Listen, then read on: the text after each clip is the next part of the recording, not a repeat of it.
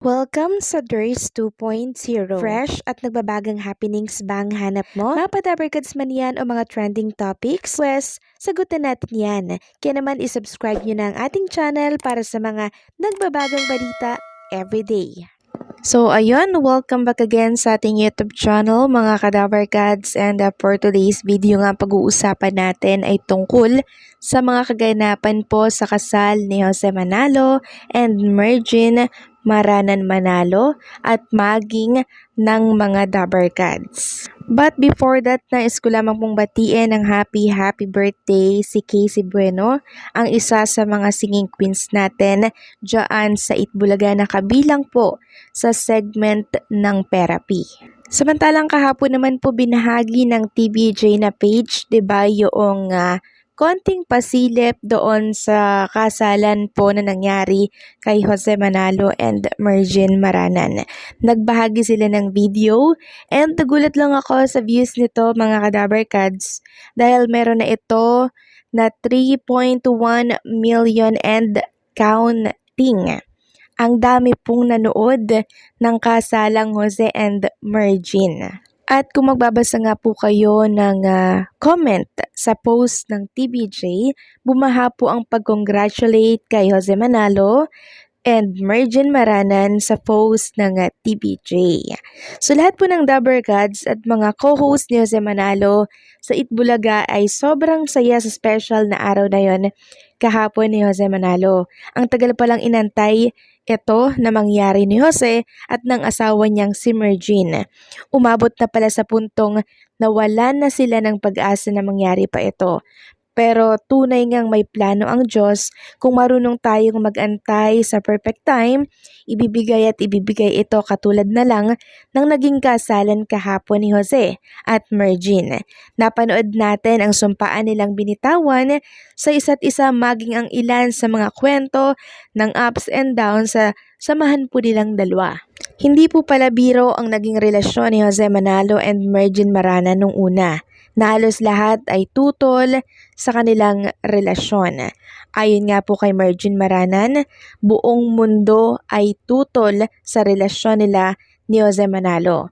Pero nakuha nila itong ipaglaban sa lahat nang wala pong bumibitaw. Nagsorry din si Jose Manalo kay Mergin dahil may mga pangarap daw siyang hindi niya natupad.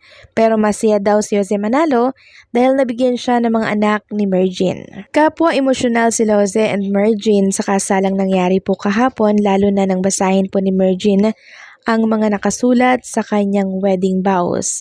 Mas lalong naging emosyonal si Jose Manalo, kaya kung inyong mapapansin dyan, sa mga picture na ilalagay ko po sa mga screen po ninyo, so kung inyo mapapansin, hindi po mapigilan ni Jose Manalo yung pagluha niya po dyan.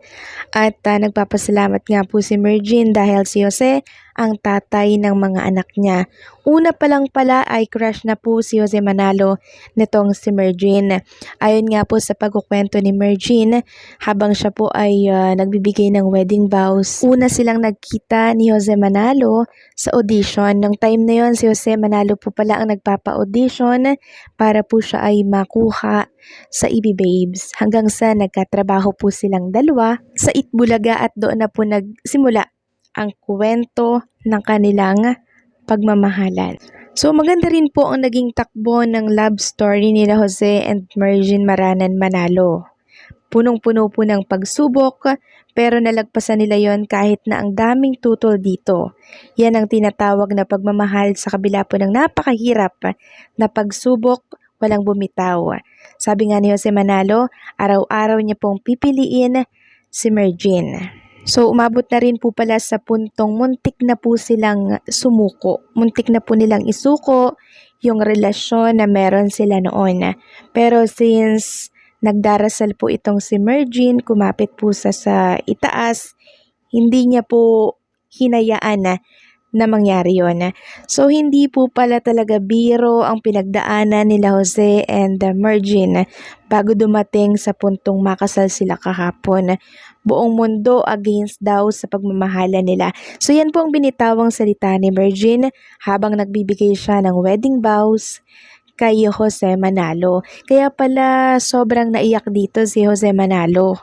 Hindi naman po siguro lingid sa ating kaalaman na merong unang naging asawa si Jose Manalo. Kaya hindi po naging madali ang relasyon ni Mergin and Jose sa lahat. Lalo na syempre sa mga anak ni Jose Manalo sa unang niyang napangasawa. Isa marahil yon sa nagpapahirap ng sitwasyon ng relasyon nila noon nung hindi pa po sila na ikakasal. Mabuti na lamang pala at matibay po ang hawak nila sa isa't isa dahil hindi nila sinuko ang kanilang pinagsamahan kahit na nasa napakahirap na sitwasyon. At ngayon, sila po ay official na husband and wife. At ang importante, marami po nilang natutunan sa kanilang nakaraang sitwasyon na mas lalo pong magpapatibay sa samahan po nila ngayong mag-asawa na sila. Ngayon, ipapakita ko naman sa inyo ang ilan sa mga kuha pong picture ng ating mga Dabarkads. So, unahin natin itong picture ni Bossing Vic Soto kasama po si Pauline Luna and syempre ang kanyang dalawang napaka-cute na supling. Sumunod naman itong picture ni Ai Sigera na siyang kumanta po sa kasal ni Jose and Mergin kahapon. Andyan din si Tito Soto, si Ma'am Helen Gamboa, ang asawa po ni Ice. Syempre, hindi po mawawala si Henyo Master Joey De Leon and ang kanyang may bahay na si Ma'am Eileen Macapagal. Andyan din sa next picture si Ryan Agoncillo and si Judy Ann Santos, si Alan Kay, si Raisa May, si Ma'am Jen F, and syempre si Pachi Pai. Syempre, sa next picture, si Maine Mendoza makikita natin dyan, si Miles Ocampo, si Pachi Pai, Jenny F, and syempre si Julian Santos and si Raisa May Dizon.